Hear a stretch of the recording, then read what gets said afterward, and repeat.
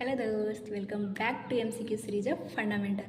क्या आप भी शुरुआत से ही नर्सिंग स्टाफ या फिर नर्सिंग की प्रिपरेशन करना चाहते हैं तो और आपको एमसीक्यू चाहिए तो आपके लिए ये वीडियो रामबाण साबित होने वाला है।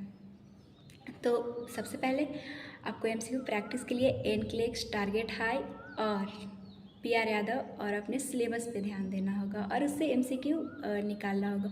और ये आपके लिए बहुत ज़्यादा टाइम कंज्यूम कर सकता है और आपको अपने समय को बचाना है। और इस जर्नी को आसान बनाने के लिए ही मैं एमसीक्यू सीरीज़ आपके लिए लाई हूँ। और हाँ, देखिए दोस्त, इस नॉर्सेट प्रिपरेशन में फंडामेंटल का वेटेज बहुत ज़्यादा होता है, इसीलिए आप बिना कोई भी वीडियो को स्किप मत कीजिएगा। और चलिए, तो आपको टाइम बिना वेस्ट करते हुए वीडियो का स्टार्ट करते हैं। तो एमसीक्यू सीरीज ऑफ फंडामेंटल में आज का जो हमारा टॉपिक है वो है डॉक्यूमेंटेशन एंड रिपोर्टिंग। तो इसमें हम एमसीक्यू देखेंगे जो कि कई क्वेश्चन तो ऐसे हैं जो एम्स में पूछे जा चुके हैं और बहुत ज़्यादा इंपॉर्टेंट है। और लास्ट में हम ये भी देखेंगे कि क्लिनिकल केस बेस्ड क्वेश्चन नॉर्सेट में कैसे आते हैं जो कि बहुत ज़्यादा इंपॉर्टेंट रहते हैं। इसमें सब क्वेश्चन का बहुत ज़्यादा वेटेज है, तो आप प्लीज़ एक भी क्वेश्चन को स्किप मत कीजिएगा। और अगर आप पिछले एमसीक्यू सीरीज़ का वीडियो नहीं देखें तो प्लीज़ देखिए, बहुत ज़्यादा हेल्पफुल होगा आपके लिए। तो फर्स्ट क्वेश्चन है, what does SOAP stand for in a progress note documentation. देखिए, डॉक्यूमेंटेशन पहले क्या होता है, पहले ये जान लीजिए। डॉक्यूमेंटेशन मतलब हॉस्पिटल में एक प्रोसेस है जो कि एक लीगली सेव करता है नर्स एंड डॉक्टर को, एंड केयर अच्छे से प्रोवाइड करने में हेल्प करता है एंड रिसर्च में हेल्प करता है डॉक्यूमेंटेशन एंड रिपोर्टिंग। तो SOAP का फुल फॉर्म आपसे पूछ रहा है कि इससे आप क्या समझते हैं। तो फर्स्ट है situation observation assessment plan, B है subjective objective assessment plan, C है situation objective assessment plan, D है सब्जेक्टिव ऑब्जर्वेशन असेसमेंट प्लान। तो जो SOAP का जो फुल फॉर्म होता है वो होता है सब्जेक्टिव ऑब्जेक्टिव असेसमेंट प्लान, इसको आप याद रखिएगा। सेकंड क्वेश्चन है, what is the purpose of charting by exception. मतलब चार्टिंग जो करते हैं उसका क्या पर्पस होता है, इसमें से एक कौन सा एक्सेप्शन है। तीन जो है वो चार्टिंग का पर्पस होगा, एक नहीं होगा। तो फर्स्ट देखते हैं, to document any deviation from the normal और एनी अबनॉर्मेलिटी। ये बोल रहा है कि डॉक्यूमेंट का कोई भी डेविएशन, मतलब डॉक्यूमेंट जैसे फटा हो या फिर ख़राब हो, उसका नॉर्मल एंड एबनॉर्मेलिटी, ये होता है चार्टिंग का पर्पस। और बी बोल रहा है to provide a detailed narrative to patient care, कि चार्टिंग का पर्पस ये होता है कि provide detail care of patient. And C बोल रहा है कि document all aspect of patient care in a chronological order.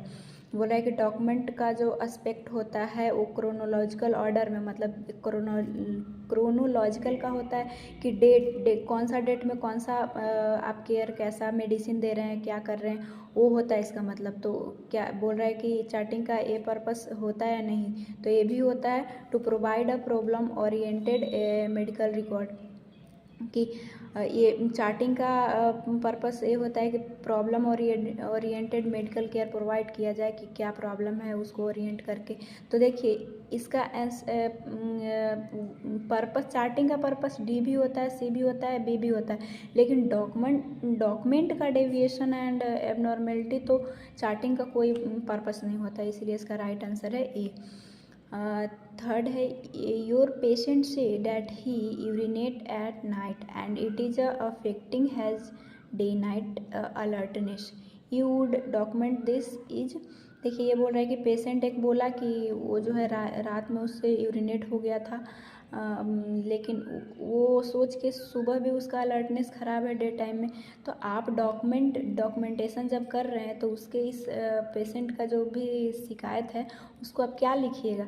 तो आपको पता होना चाहिए कि जो नाइट में जो यूरिनेट होता है उसको नॉक्चूरिया बोला जाता है, इसका ये टर्मिनोलॉजी है। तो फर्स्ट है ओलेगो एरिया, तो ये तो नहीं होगा, नॉक्चूरिया, तो ये इसका राइट आंसर है। एंड सी है डिस्यूरिया एंड पॉलीयूरिया, ये तो यूरिन का ज़्यादा पास आउट करना होता है। नेक्स्ट क्वेश्चन है, the time limit for register birth is with in. मतलब जो बर्थ होता है उसको रजिस्टर में कब जो है डिनोट किया जाता है, रजिस्टरिंग किया जाता है। तो देखिए 1969 में बर्थ एंड डेट का एक एक्ट था जिसको मैं उसी में बताया गया है कि जो birth and still birth baby हो गया या फिर डेड जो डेथ किया हुआ बेबी है उसका रजिस्टरिंग 21 दिन के अंदर हो जाना चाहिए। और देखिए ये एम्स भोपाल में पूछा भी हुआ है क्वेश्चन। तो हर एक क्वेश्चन अपने आप में बहुत ज़्यादा इंपॉर्टेंट है। आप हर एक क्वेश्चन को देखिए, समझिए कि क्या बोलना चाहता है। तो इसका राइट आंसर होगा 21 डेज। एंड नेक्स्ट जो हमारा क्वेश्चन है, the disadvantage of electronic health record are the following except. देखिए बोल रहा है कि इलेक्ट्रॉनिक हेल्थ रिकॉर्ड उसके अंदर होगा कि जो कंप्यूटर से या फिर फ़ोन से या फिर वीडियो कॉलिंग से जो हमारा जो होता है रिकॉर्डिंग आजकल हॉस्पिटल में होते हैं, तो उसका डिसएडवांटेज क्या है एक को छोड़ के। तो देखिए फर्स्ट जो है एक्सपेंसिव, बी है लैक ऑफ इंटीग्रेशन, सी है down time procedures and increase medical errors. तो देखिए इसका ये बोल रहा है एक्सपेंसिव, एक्सपेंसिव भी हो ही जाता है कि मतलब वो भी चार्ज लेते हैं। और डाउन टाइम प्रोसीजर मतलब डाउन टाइम भी हो जाता है। एंड इंक्रीज मेडिकल एरर मतलब वो फ़ोन पे क्या बता रहा है, आप उसका फेशियल एक्सप्रेशन तो ऑब्जर्व नहीं कर पा रहे हैं, तो इसमें एरर होने के भी ज़्यादा चांसेस होते हैं। तो ये तीन तो हैं जो कि डिसएडवांटेज है। लेकिन लैक ऑफ इंटीग्रेशन मतलब अगर इलेक्ट्रॉनिक से हेल्थ रिकॉर्ड करते हैं तो इंटीग्रेशन का कोई लैक नहीं होता है, मतलब इंट्रैक्शन होते रहता है। इसको तो राइट आंसर है lack of integration. And AIIMS Raipur grade 2 2017 में पूछा भी गया है क्वेश्चन। एंड नेक्स्ट क्वेश्चन है the primary purpose of the patient recording. Patient record का प्राइमरी पर्पस क्या होता है? तो ये है एजुकेशन, बी है कम्युनिकेशन, सी है रिसर्च एंड डी है फंडिंग। तो आपको पता भी होगा कि डॉक्यूमेंटेशन एंड रिपोर्टिंग का सबसे मेन पर्पस होता है कम्युनिकेशन होना। वो कम्युनिकेशन चाहे पेशेंट से अच्छे तरह से हो सके ताकि उसका जो भी कंडीशन है पता चल सके एंड IPR मेंटेन हो सके। एंड नेक्स्ट क्वेश्चन है which of the following record refer to short and objective description of incident और event that are important to the observer. बोल रहे कौन सा रिकॉर्ड जो है वो रेफर करता है शॉर्ट एंड जिसका ऑब्जेक्टिव डिस्क्रिप्शन होता है इंसिडेंट्स और इवेंट को पहचानना और इम्पोर्टेंट उसको दिखाना। तो ये एडमिशन रिकॉर्ड में तो ये आंसर नहीं होगा। ऑब्जर्वेशन चेकलिस्ट में ये तो ऑब्जर्व करता है। एंड इन्वेस्टिगेशन रिपोर्ट ये तो मतलब जांच पड़ताल करता है, तो ये भी नहीं होगा। लेकिन एनी कडॉटल रिकॉर्ड में ऐसा होता है कि रिकॉर्ड जो है रेफर करता है शॉर्ट एंड उसका मेन ऑब्जेक्टिव होता है कि क्या उस इवेंट में इम्पॉर्टेंट है। एंड नेक्स्ट क्वेश्चन है all the following are principle of record writing except. मतलब कौन सा जो है प्रिंसिपल है रिकॉर्ड का एक को छोड़ के। तो फर्स्ट है एक्यूरेट, बी है एरर फ्री एंड सी है use standard abbreviation and data redundancy.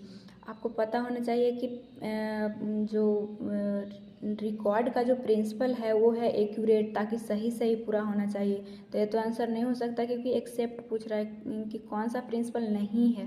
और use of standard abbreviation, standard abbreviation भी रिकॉर्ड में यूज करना होता है ताकि रिकॉर्ड जो है वो हमारा पूरा लॉन्ग ना हो। एरर फ्री तो होना ही चाहिए ताकि पेशेंट का अच्छे से केयर प्रोवाइड कर सके। लेकिन डाटा रिडंडेंसी का मतलब क्या होता है? रिपीटेशन, मतलब एक ही चीज़ को बार बार लिखना। और ये रिकॉर्ड जो प्रिंसिपल है उसमें तो साफ ये मना है कि डाटा जो है वो बार बार एक ही चीज़ को नहीं लिखना चाहिए क्योंकि वो लॉन्ग हो जाएगा और उसको पढ़ने में डॉक्टर को बहुत ज़्यादा प्रॉब्लम होगा। तो इसका राइट आंसर है डी।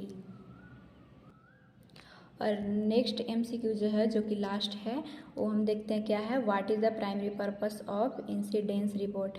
इंसिडेंस रिपोर्ट का प्राइमरी पर्पस क्या होता है?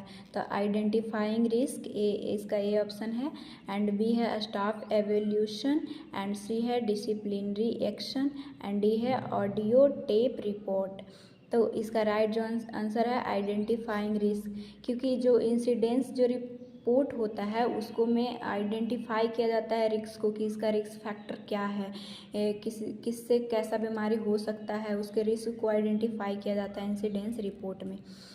तो अब हम जो लास्ट और सबसे इम्पॉर्टेंट क्वेश्चन जो है हमारा क्लिनिकल केस बेस्ड क्वेश्चन, जो कि बहुत ज़्यादा इम्पॉर्टेंट होता है अगर आप क्लिनिकल में जाते हैं। तो वो एग्जामिनर का मेन गोल होता है कि आप क्या सीख रहे हैं क्लिनिकल में जा रहे हैं तो, और क्लिनिकल का किसी केस है तो आप कैसे हैंडल कीजिएगा।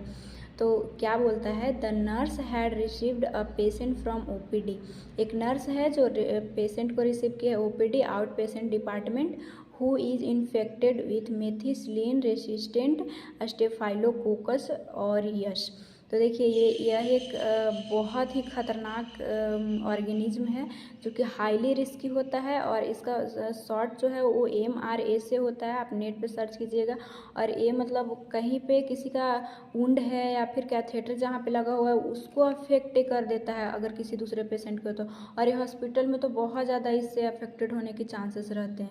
देन इसके बाद बोल रहा है कि द वन ऑन, यहाँ पे ऑन है, duty doctor order to shift this patient into the isolated room where 2 other patient with the same infection are already present, which type of isolation is maintained in this case. तो बोलता है कि एक nurse है जो कि receive की है MRSA पेशेंट जो कि OPD में आया था, और जो वहाँ पे ऑन ड्यूटी पे डॉक्टर है वो ऑर्डर किए हैं कि इस पेशेंट को आइसोलेटेड रूम में शिफ्ट करो, जहाँ की 2 और पेशेंट उसी MRSA ऑर्गेनिज्म वाले से पीड़ित है। तो इस आइसोलेशन का जो मेंटेन कर रहा है, इस आइसोलेशन का क्या नाम है। तो फर्स्ट देखेंगे ये जो हमारा है कोहर्ट आइसोलेशन, एंड भी है airborne isolation, standard isolation, droplet isolation. तो पहले टिक कर भी चुकी हूँ मैं, इसका राइट आंसर है कोहर्ट आइसोलेशन। इसको में क्या होता है कि किसी पेशेंट जो कि इसमें आइसोलेट सफ़र कर रहा है, एंड इसमें हाईली ऑर्गेनिज्म कोहर्ट आइसोलेशन में एकदम बहुत ज़्यादा ये खतरनाक होता है ऑर्गेनिज्म जो है, ये ग्राम पॉजिटिव ऑर्गेनिज्म होता है और ये हॉस्पिटल में बहुत लोगों को अफेक्ट करता है। तो इसका नाम है कोहर्ट आइसोलेशन। तो आई होप कि ये वीडियो आपको अच्छे से समझ में आया होगा। तो ऐसे ही आप पहले वाला वीडियो नहीं देखे हैं तो प्लीज़ देखिए, एंड थैंक्स फॉर वॉचिंग।